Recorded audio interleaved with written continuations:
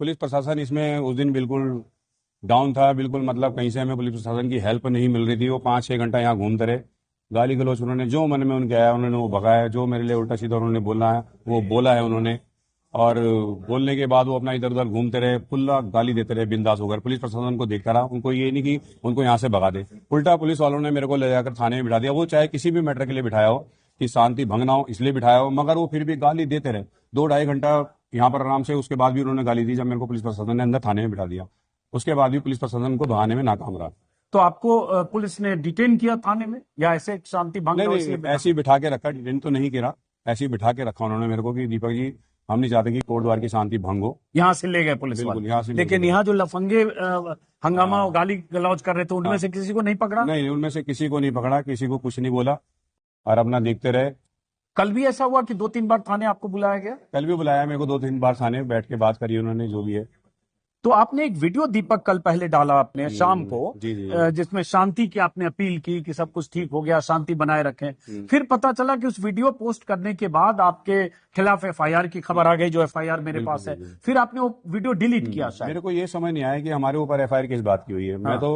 मैं खुद चाहता हूँ कि हमारे शहर का, हमारे देश का कि नाम खराब ना हो, माहौल खराब ना हो। जैसे इन लोगों ने माहौल खराब कर रखा है, इसके लिए आवाज उठानी चाहिए, इसको रोकना चाहिए। क्योंकि ये माहौल इतना बिगाड़ चुके हैं, इतना इन्होंने यहाँ की हिसाब किताब, इन्होंने इतनी कंडीशन खराब कर दी है। किन्होंने? तो ये बजरंग दल के लड़कों ने। तो मैंने तो उसके लिए आवाज उठाई, सीधी सी बात है। तो ये था बस। तो ये लगता नहीं कि बजरंग दल के लोग, लड़के उत्पाती गुंडे हर तरह के होते हैं, मवाली भी होते हैं, मारपीट भी करते हैं, हिंसा भी करते हैं, तोड़फोड़ भी करते हैं। तो उसमें आपका इतना बड़ा जिम है, ये 20 यहाँ मशीनें हैं, लाखों का इन्वेस्टमेंट है। बिल्कुल, ऐसा पता चला कि कभी 50 लफंगे आ गए, आपकी मशीनों को तोड़फोड़ कर दिया, कुछ भी कर सकते हैं, आपको नुकसान पहुंचा सकते हैं, आप पर हमला कर सकते हैं। इसका डर कहीं है कि नहीं आपको, या चिंता? नहीं, डरना तो खैर क्यों है, बनाने वाला भी वो है, बिगाड़ने वाला भी ऊपर वाला है। तो मैं तो ऊपर वाले के भरोसे से चलता हूँ। जो भी है आज तक जो भी किया है और जो भी करूंगा, और रहूं या ना रहूं, तो ऊपर वाले के भरोसे छोड़ा हुआ मैं इन चीजों के पीछे नहीं पड़ता। इतना ना ज्यादा सोचता हूँ कि मेरे साथ क्या होगा क्या नहीं होगा। बस थोड़ा सा फैमिली को लेकर सोचना पड़ता है कि क्योंकि घर में जो बच्चे होते हैं, माँ होती है, मेरी वाइफ वगैरह, मतलब जो भी अदरवाइज जो फैमिली के अंदर, उनके बारे में थोड़ा सोचना पड़ता है। अदरवाइज मैं इन चीज़ों के बारे में इतना सोचता नहीं हूँ कि कौन मेरे साथ क्या करेगा क्या नहीं करेगा। क्योंकि मैंने न्याय की लड़ाई लड़नी है। मैं लड़ता हूँ, जहाँ होती है ऐसी घटना मैं वहां पर आके तुरंत खड़ा हो जाता हूँ।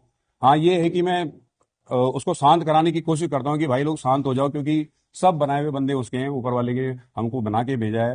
कोई यहाँ का माहौल खराब करने के लिए नहीं भेजा कि आप जो यहाँ पर हिंदू मुस्लिम करते रहते हो 24 घंटे। आप आजकल की तारीख में देख रहे होंगे कि हर देश में, मतलब इंडिया के अंदर सबसे ज्यादा ये चीजें चल रही है। हिंदू मुसलमान को लेकर जो चल रहा है ना, ये बहुत नाम बदल दो, तोड़फोड़ करो, ढाबे का नाम बदलो, दुकान का नाम बदलो, ठेला क्यों लगा दिया, ये क्यों लगाया। क्या फर्क पड़ रहा है नाम बदलने से? क्या होगा नाम बदलने से? ठीक है, तो इन्होंने नहीं, अगर किसी मुसलमान ने अगर बाबा के नाम से दुकान खोल ली तो क्या फर्क पड़ता है, या किसी ने ऐसी कोई ठेला खुमचा लगा लिया तो क्या फर्क पड़ता है? कोई फर्क नहीं। दुकान में कपड़ा बेच रहा है। बिल्कुल। तो ऐसी स्थिति में, ऐसे तनाव के माहौल में जब हो जाता है, उत्तराखंड में बहुत घटनाएं होती है, उसमें आपने जिस तरह से प्रतिवाद किया, तो एक सवाल उठता है, इतना नैतिक ताकत कहां से आई दीपक के जहन में कि 15 लोग खड़े हैं, बदमाशी कर सकते हैं, हाथापाई कर सकते हैं, मारपीट कर सकते थे, वीडियो से लग रहा है हिंसक हो सकते थे, आक्रामक हो सकते हैं, और आपसे नाम पूछता है क्या नाम है तुम्हारा, तो आप कहते हो मोहम्मद दीपक। ये ताकत भीतर से कहां से आई? देखो, ताकत तो खैर क्या है कि मैं असल में जो इंसान डरेगा उसके अंदर ताकत नहीं होगी। मैं डरता नहीं हूँ, बस मैं ऊपर वाले के भरोसे रहता हूँ। और जब ऊपर वाले ने बना के भेजा है तो कुछ सोच समझ के बना के भेजा है इंसान को। और ताकत का आपको नाजायज फायदा नहीं उठाना चाहिए। जहाँ आपको फायदा उठाना है वहाँ फायदा उठाओ। अभी आपने देखा होगा अंकिता भंडारी को लेकर हमारे उत्तराखंड के अंदर बहुत बवाल मचा है। ये बजरंग दल के लड़के, मैं इनसे ये पूछना चाहता हूँ, ये बजरंग दल के लड़के उस टाइम पर कहाँ थे? उस टाइम पर किसी ने आवाज उठाई क्यों नहीं? उस टाइम पर दिखाते ना अपनी मर्दानगी। हम तो उस टाइम भी डट के खड़े हुए थे, अदरवाइज ये चीजें और आगे होंगी तो हम तब भी खड़े रहेंगे। तो ये बजरंग दल के लड़के एक बाबा नाम को बदलने के चक्कर में इतना बवाल मचा रहे हैं। अंकिता भंडारी के मर्डर में उसके साथ जो रेप हुआ, उसको जो मार के फेंक दिया, उसके घर वालों के बारे में सोचो ना। एक बेटी जिसको उन्होंने खो दिया है, होटल में, रिजॉर्ट में, जिसकी मालिक ने हत्या कर दी। वो तो नौकरी कर रही थी, अपना घर परिवार चला रही थी। हैं, कितने पैसे मिल रहे होंगे उसको? 7-8 हजार रुपए, 10 हजार रुपए, 12 हजार रुपए। आपने उसके साथ दुष्कर्म किया और उसको मार के फेंक दिया। उसके लिए इन्होंने एक भी आवाज नहीं उठाई। कोई बजरंग दल बाहर निकल के नहीं आया। ठीक है, एक बाबा का नाम बदलने से आप इतना बवाल शहर में मचा रहे हो, मेरी तो ये समझ से बाहर है। ये इंसानियत मर चुकी है इनकी, मैं इनको इंसान नहीं समझता हूँ।